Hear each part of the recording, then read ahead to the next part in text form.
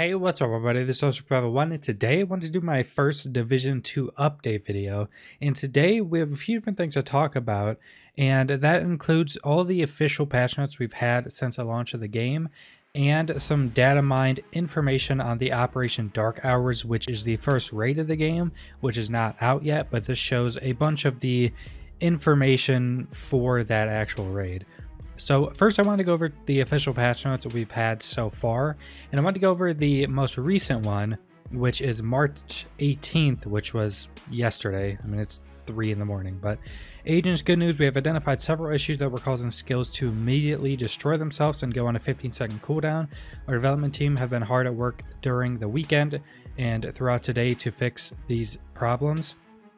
So if you guys haven't been having this issue, I've had it with mostly every ability.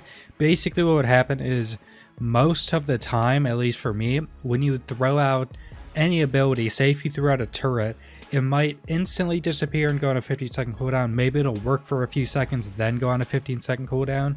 And it was pretty terrible for anything that wasn't just like an instant ability. Like I had to use the Chem Launcher heal because all of the other heal abilities just pretty much wouldn't do anything because they disappear so fast, and that one would actually kind of work because it works in such a short amount of time. But they fixed most of these. We'll be able to solve most of these occurrences with brief maintenance today, March 18th. The servers will be down for 15 minutes. The team is continuing their work to resolve all the remaining issues on this topic with a future patch this week. Until then, you can try to avoid the talents Extra and Overlap. I don't exactly know what those are right now, but those are talents on just armor and stuff, just talents in the game, which seem to be the culprit and can cause skills to act up even after maintenance, albeit much less often. And I don't know if I have any of these talents on anything right now, but I haven't had any of these issues since this update, so it seems most of it has been fixed, and later in the week there will be another update to completely fix this issue. We want to thank everybody for continued support. That's pretty much everything for that one, which is really good. That was the biggest issue I was having with the game. I do have all AMD computer components, so the game does run pretty well for me, and I don't really have any crashes or anything like that. This was the only, I guess if this is considered a technical issue with the game, but this is pretty much my only like big glitch that I was having in the game. So then the other patch notes that I've already gone by. So this is on the 14th. Removed a work in progress weapon that was not properly named and balanced. Crossbows now deal explosive damage to multiple objects as intended. Exotic weapons equipped with silencers will not produce the sound they're intended to make. NPCs engaged in combat will now react to grenades as intended. Missions, the ropes will not properly deploy for extraction at the end of the Beekeeper Jeff side mission. Players should no longer be able to unlock castle prematurely. This issue would block progression in some instances. Fix a loot exploit that involved repeatedly killing bosses in invaded missions. In Jefferson Plaza, the NPC scene can no longer be interrupted during a boss fight. PC players playing together while connected to the same network were meeting a number of issues when interacting with each other. This has now been fixed. On PC, FreeSync 2 HDR can now properly be selected in game regardless of your PC configuration. Weapon skins will no longer disappear if attached to a weapon and sold to a vendor. Stopped SHD, CPU V.2, and Cyclone Magazine skill mods for dropping as loot. Players who already have the items can use them once they unlock the corresponding specialization perk. Players will no longer get stuck in black screens after watching introduction cinematics. We have updated XP rewards for all endgame activities, so they will now scale to the player's level instead of being flat values. Several corrupted audio issues have been fixed. And then the one from the 16th, implemented a fix that should reduce occurrences of client crashes when using skills. I think that was the drone. I know a bunch of like matchmaking I would go into for strongholds and stuff like that. Everyone would say don't use drones because it can crash people. Fix an issue where players could be stuck in the wrong world tier if they complete strongholds without meeting the required gear score while in a group. Fix an issue where players wouldn't be able to talk to Agent Kelso at the castle settlement. Fix an issue where players would obtain multiple ivory keys from the same source. Fix an issue where map progress would not be saved when completing open world activities and side missions in another player's instance. Fix an exploit that allowed players to loot multiple supply drops at multiple times. So this was specifically the glitch that you could just continuously open a supply drop without moving or logging out or anything. You could just continuously hold the open button and more loot would pop out. And supposedly, specifically on consoles, it seems this hasn't been fully fixed. And there's still kind of glitches like this. Fix a bug where players could buy blueprints repeatedly at the vendors by logging out and back in. So that is all the official patch notes we've had for the game since it has been released. No content stuff yet.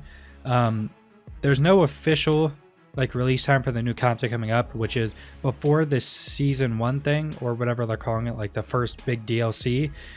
We get the last stronghold to go into World Tier 5, and then after that, at some point, we get the raid, and that's all before the summer, which is the first season 1 DLC type stuff.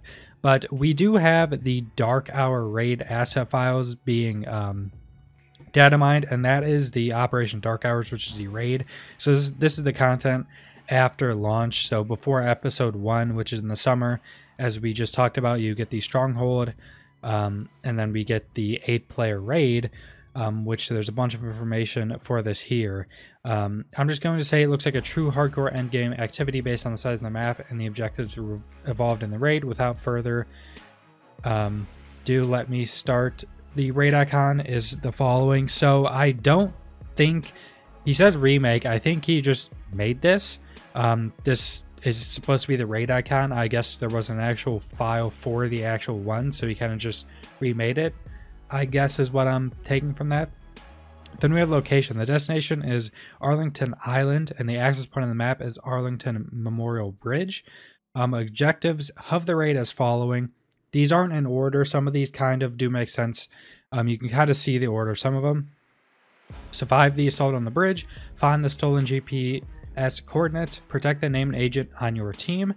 Now that one seems kind of cool. That kind of seems like an old PvP mode from some old FPS games, which is protect the VIP and stuff like that.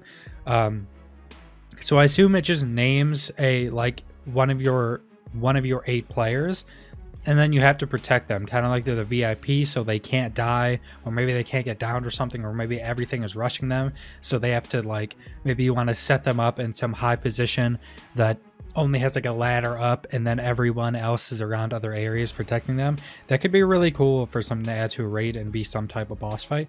Confirm the second-hand lieutenant. Confirm the kill of the second-hand lieutenant. Rendezvous with your team. Survive the blackout attack, which that might be a hunter attack. It could just be maybe they're shutting off lights or something, but that sounds like it could be a hunter attack.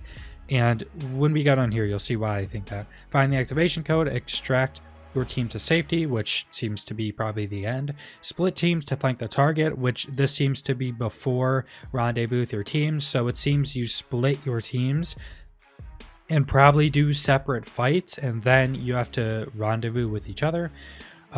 Stop the convoy from leaving the runaway. So it seems you're fighting a convoy. Most likely you're fighting a bunch of vehicles on an open big runaway because it is in an airport, which is also a pretty cool area to fight. Probably a big long distance, so most likely snipers will be really good there. Take down bombarders from high ground, or take out bombarders. So that's really cool too, like a high ground fight, just kind of destroying people below. But the reason I was talking about survive the blackout, that sounds like it might be a hunter, is that there are trophies. And I don't know if these are just you play trophy type things to just give you, if they're in-game stuff, or if it's the stuff that gives you play points or something like that. So I don't exactly know what these are. But there's Silver, Gone Baby Gone. In less than 2 minutes, flee from the interceptors. Reminder of me, all the rest are gold. Kill any of the hunters who killed you before. So I'm wondering if there's maybe just hunters inside the raid that are all the hunters on the open world where you get masked from, or if there's hunters in the raid that kill you at some point, or you survive the blackout attack, maybe if they down you or kill you, killing them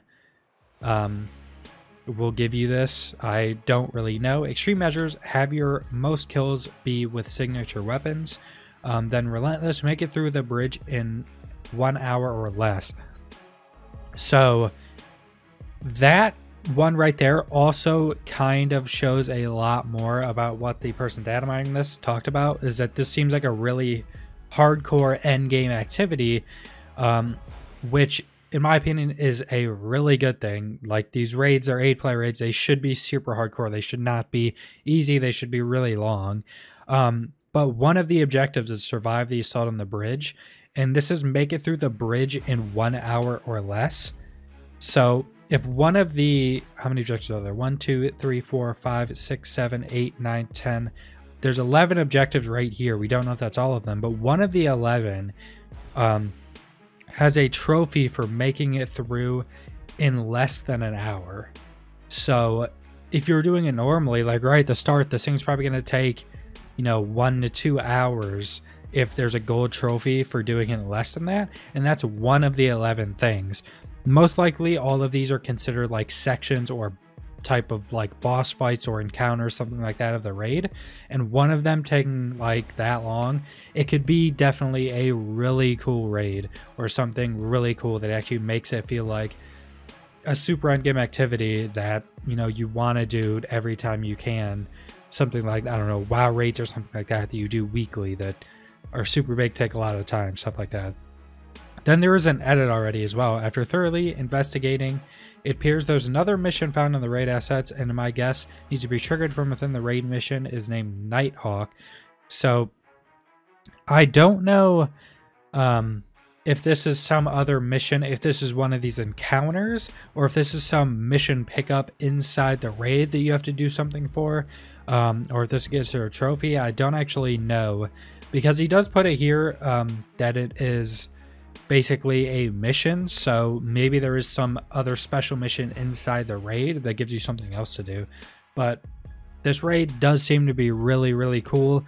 From the information, just this small amount of information, it does show that it's probably going to be super hardcore, really endgame, really long, which I think is definitely everything people wanted from a like more person, 8-player raid. But subscribe if you want to see more Division 2 content. Leave a like if you like the video. Leave a comment down below what you think about Division as a whole, what you think about all these updates, what you think about these data mined information about the first raid of the game, and thanks for watching.